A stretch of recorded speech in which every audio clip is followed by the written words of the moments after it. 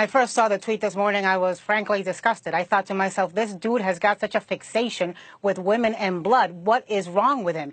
And then you remember that this dude, this disgusting dude, is the president of the United States. And you realize just how much he is diminishing the presidency of the United States. You realize that what he is doing is not just acting for Donald Trump. He's acting for all of us. He's acting for our president. And he is embarrassing. He is shameful. He is disgusting. And I'll say this about Republicans.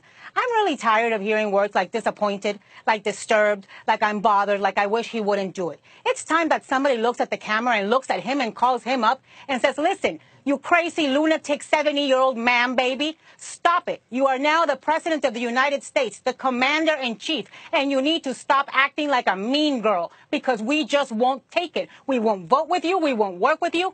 I can't start talking about tax reform. I can't start talking about healthcare reform because I can't get past the fact that we have a president who lacks the sufficient character. We have a president who is mean. We have a president who is nasty. We have a president who is immature, unstable, and just acts like a crazy person with anybody who attacks him because he's got thin skin and he is never going to pivot. And anybody around him, whether it's his daughter, his chief of staff, his wife, who I remind you had said her signature issue was going to be fighting against online bullying, or any Republican on the Hill, stop enabling him. Confront this and confront this hard, or it will never stop, and it will embarrass all of us. It will take the presidency low, low, low.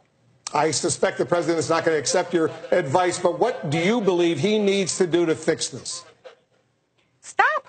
Look, if you can't control your tweeting habits, then stop tweeting. Go seek therapy. Go knit. Find a hobby. Talk to your wife.